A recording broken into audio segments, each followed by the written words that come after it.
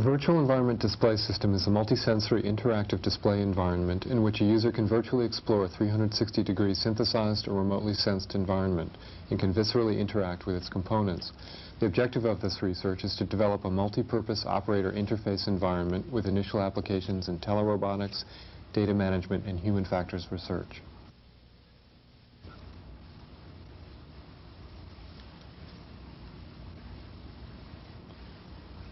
The foundation of the system is a head-mounted display unit that consists of medium-resolution, monochromatic liquid crystal display screens.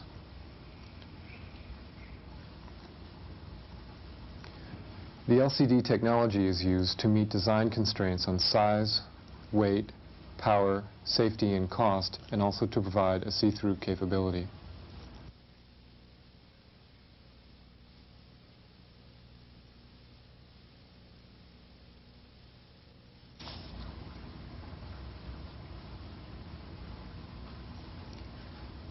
The display screens are presented to each eye of the user through wide-angle optics with an effective field of view for each eye of 120 degrees horizontal and vertical.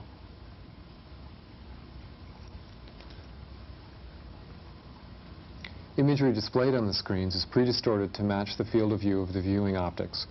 The resulting stereoscopic image closely matches the human operator's binocular and peripheral vision capabilities and strongly contributes to sense of presence in the remote or synthesized environment displayed.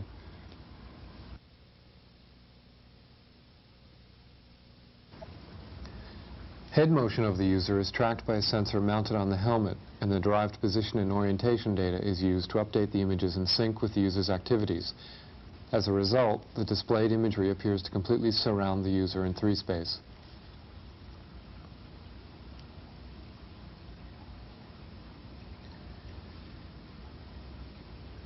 In addition to stereoscopic depth cues, the system provides full motion parallax and motion perspective cues that allow the operator to explore virtual objects in real time and from multiple viewpoints.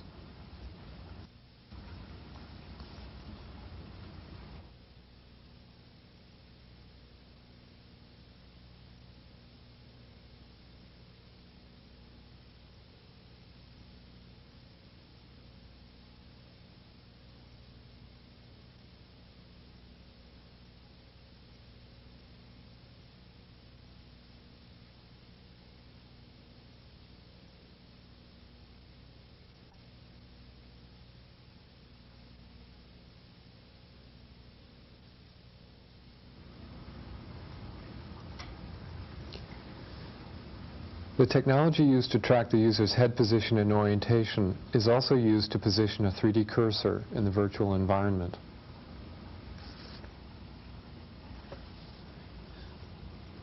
The system also includes lightweight glove-like devices that transmit data records of arm, hand, and finger position and shape to a host computer. In coordination with speech recognition technology, this information is used to interact with virtual objects in the synthesized environment. End applications of this technology include control of remotely operated robotic devices and vehicles that require a sufficient quantity and quality of sensory input and feedback to approximate actual presence at the task site. A workstation-mounted viewer has also been developed for application in information management tasks and human factors research. This configuration can provide a movable window into a 3-dimensional data space surrounding the viewer.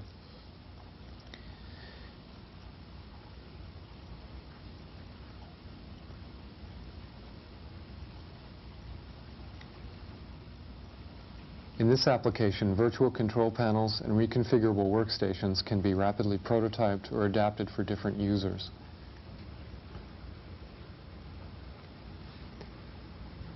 Further research will use the Virtual Environment Display System to develop portable information environments and virtual workstations.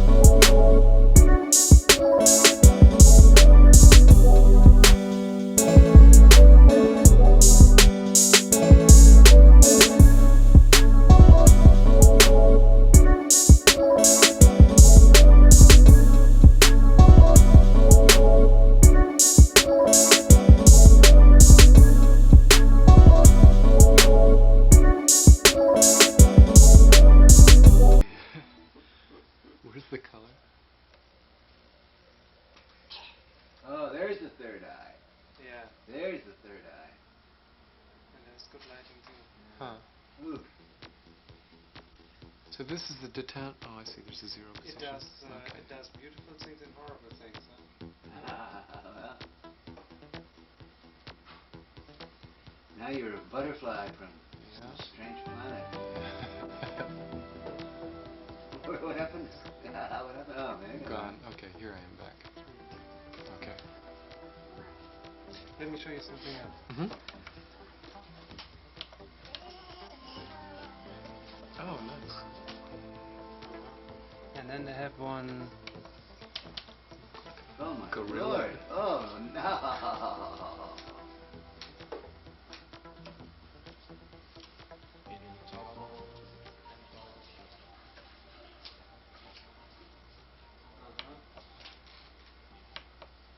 Let me do one opportunity like this. Great.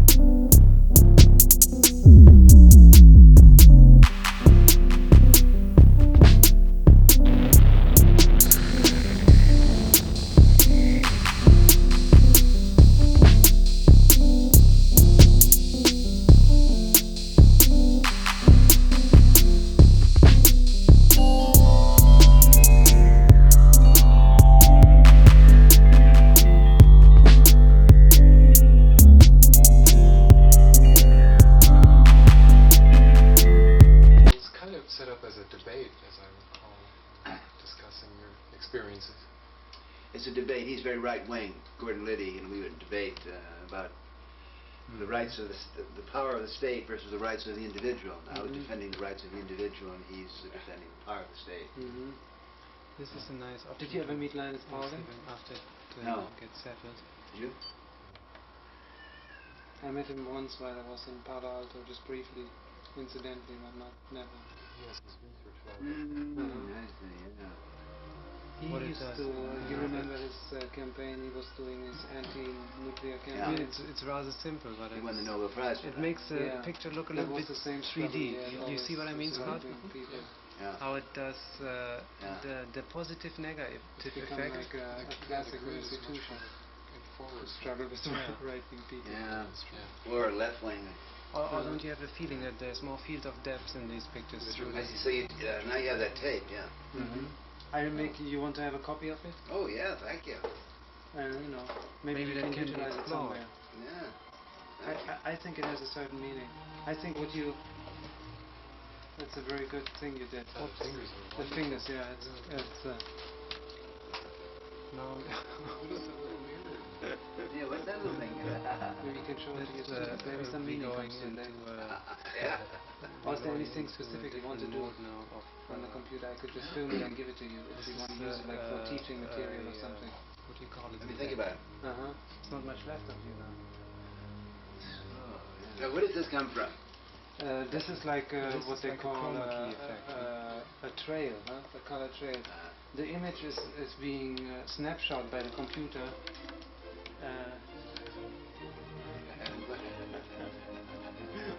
just testing if you roll it. I know, yeah.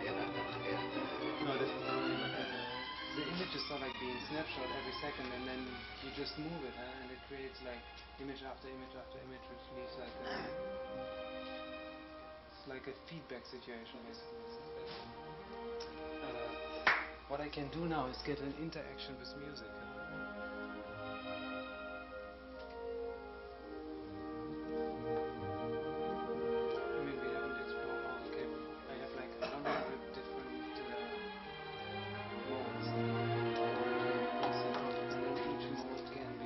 Music does Blue in Heaven play?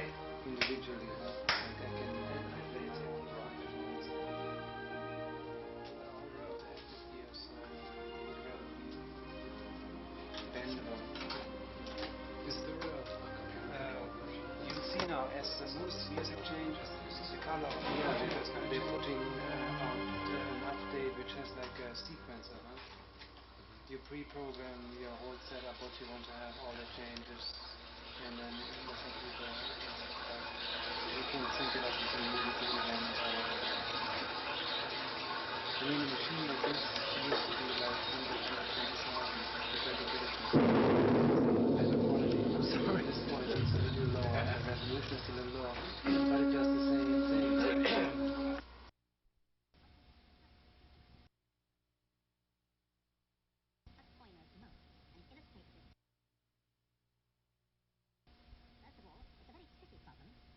Accurate mould in plaster of Paris. And the metal he's used for his counterfeit coin has probably come from car batteries, which has a percentage of antimony. The reason he uses this is that he knows as it cools it will slightly expand and thus give a crisper result. Then he makes his silly mistake. Air channels, and so the resulting counterfeit coin is liable to have bubbles in it. Production of genuine coins begins with an oversized model which is placed on a reducing machine to make a die. It's high precision work.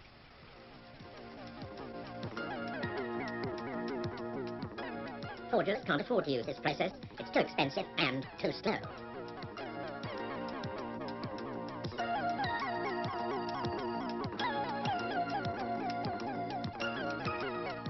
The die will be reduced 7 times from the original design, giving the final coin an accurate finish that counterfeiters also can't match. So where are illegal profits to be found? Obviously with less well-made items than this. The big money is in coins from the past. The history of coin making goes back a long time, to about the 7th century BC in Asia Minor. And from then until the 15th century AD, coins were hand-struck. This makes them very easy indeed to copy. Well, the first thing I'm going to need is an absolutely substantial base for the anvil, because if there's any trembling, you're going to get a kind of a double strike. And the coin I'm going to strike is a King Offa penny. He was ruling in Mercia in the late 8th century, and here you can see on what's called the obverse side is the head of Offa himself. That has a little kind of rat tail which will fit into a hole in the anvil, and you need a little copper blank, and put that into position with the reverse on the top, and then give it really quite a healthy swipe. Well, it's not too bad at all. And that Offa penny, if it was genuine, would be worth about £2,000 plus. The Offa penny should, of course, be in silver. The one I struck is in copper. It's to illustrate how good an impression you can get with 20th century dies. Well, the story of counterfeiting goes back pretty well to the beginning of coin making. In fact, some of our ancestors had some very sharp methods indeed for faking coins. Dr. John Kent, assistant keeper of coins and medals at the British Museum. There's a good instance here from a hoard of Anglo-Saxon coins found about 10 years ago at Aston Rudd in Oxfordshire. And it illustrates one of the ways in which we set about trying to discover whether a coin on which we might suspect, but on which the plating is otherwise complete, is in fact a fake.